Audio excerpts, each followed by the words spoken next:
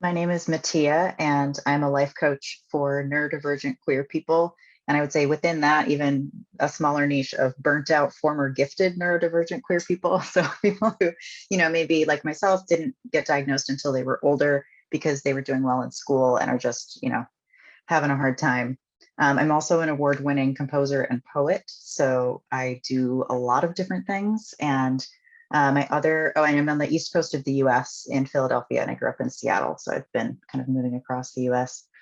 My top three archetypes are alchemist, and then ruler, and then accumulator, which I think is a really interesting mix because I have noticed that, and it's interesting because it's almost like the autistic part of my brain is the accumulator.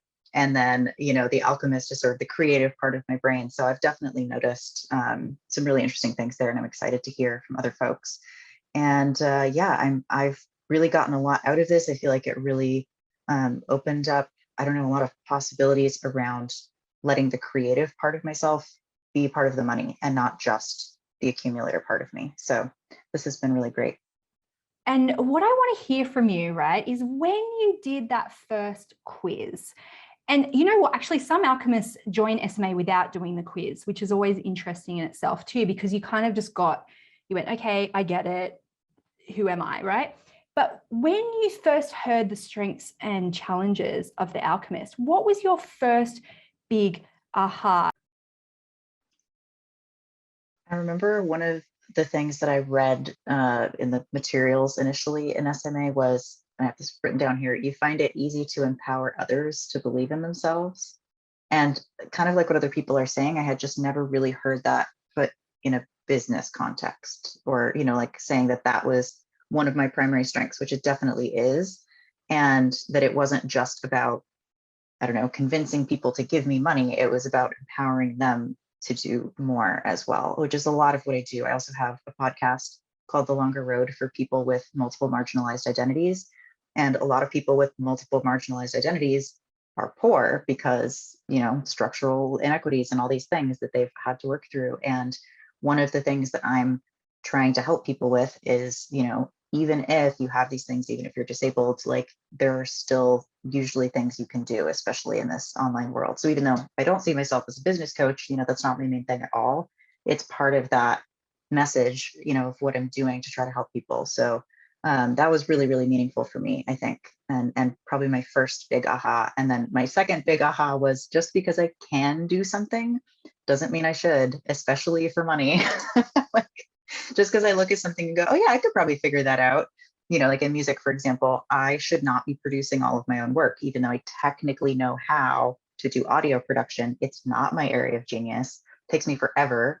And it's probably still not as good as somebody who that's their only job. So many areas where I just went, oh, okay, here's where my magic is. And I'm allowed to just kind of like outsource the rest of it and not try to do everything myself. I want to hear though about some of how these sabotages of your archetype, especially before you knew what they were. So it could be either, that you commit to the wrong thing and then realize your mistake, or, you buy a million domain names, or, you've been trapped like my friend, or, you've haven't read stuff and you've made mistakes. Um, where has that kind of been a little bit of your downfall in your I business? think one of mine was the kind of love-hate relationship with money part of it, and feeling judgmental about money. Again, coming out of, an artist background, and there's obviously a lot of stereotypes in the artist world of, that it's good to be poor, it's noble to be poor, and also that, charging for your work, especially to other artists, is not cool. So I think a lot of and a lot of what was great about SMA for me was really going, oh, okay, this isn't just because of my background. This is actually a part of who I am, and noticing that, accepting that, and then figuring out how to get around it has been really useful. Like I used to, for example, sometimes people would owe me money, and I would maybe follow up once, maybe not, and then just kind of let it go. And I was not necessarily invoicing people the way that I should, or really following up. So there have been a lot of potential chunks of money I've just kind of let go. Or even actually that somebody just said about, workshops and stuff. I actually taught a free workshop recently, and a bunch of people came to it, and somebody was like, oh, have you thought about, packaging this up and selling it as a course. And I was like, nope, that had not occurred to me, I guess. Cool. That's cool that people would like it. So anyway, yeah, that like both having a lot of ideas and not necessarily knowing how to apply them, but then that kind of love-hate thing with money sometimes, really learning how to ask for and receive money and then have it once I have it and not just immediately give it away. And here's what I want to hear from you. I want you to think of baby you, okay? Because Janet really brought up that really interesting thing about being a kid. And I think sometimes alchemists feel like they're in arrested development of going, people won't take me seriously. Grown-ups won't listen to what I have to say. I'm not like, and that whole imposter syndrome thing around, you know, your childlike ideas and spirit. It could be something like that. And tell me, when did this alchemy show up? How did it show up for you? And what negative feedback did you get about your alchemy? And it could have been like, oh God, they're doing it again. Oh, and yet another thing.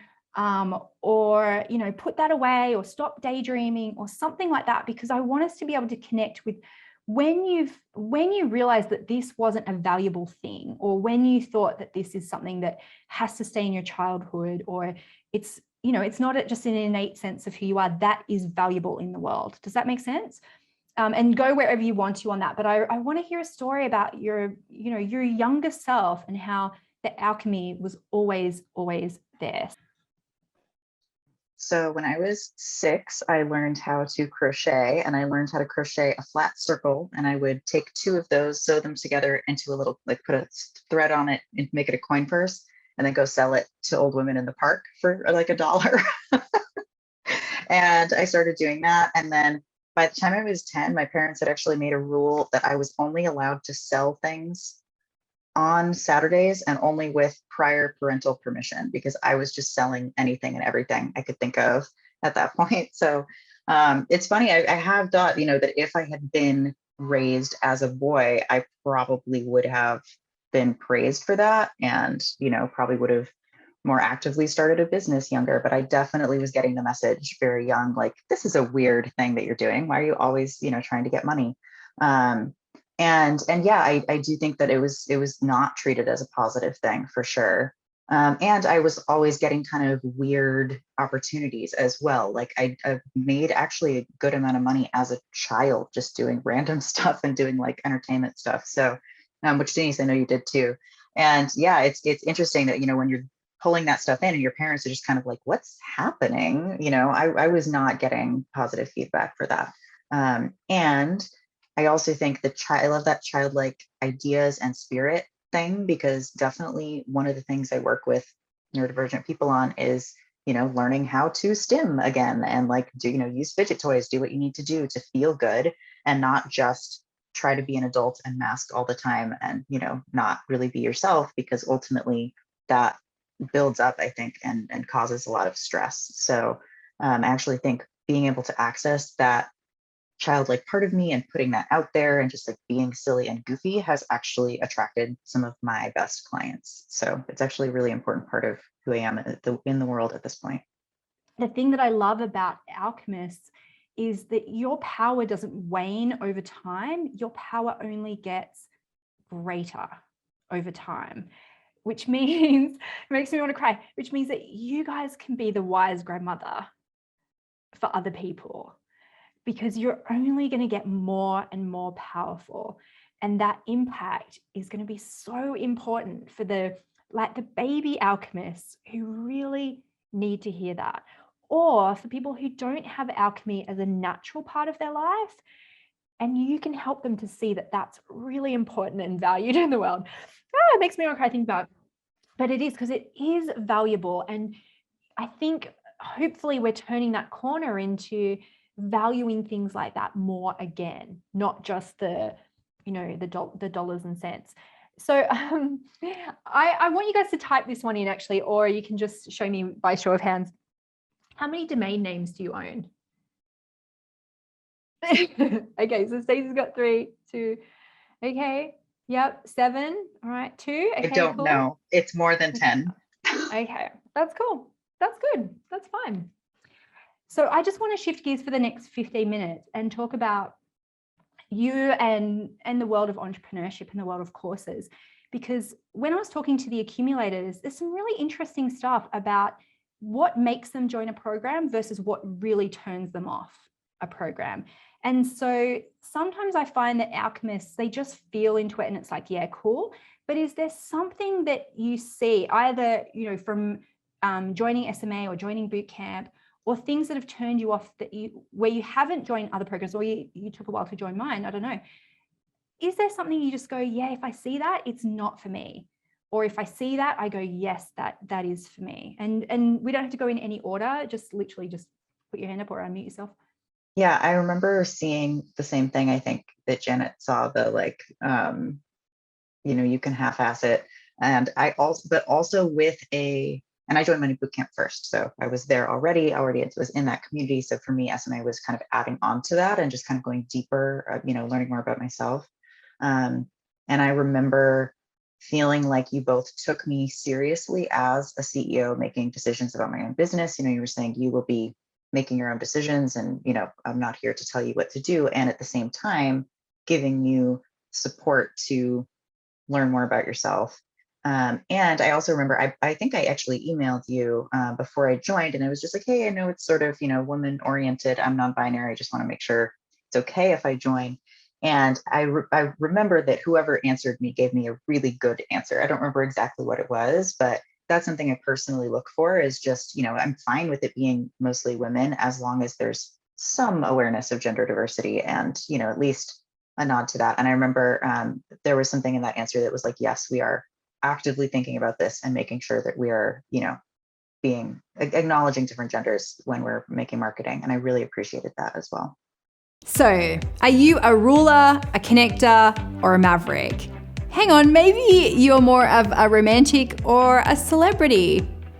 Take the money personality quiz right now and find out which of the 8 money archetypes you are.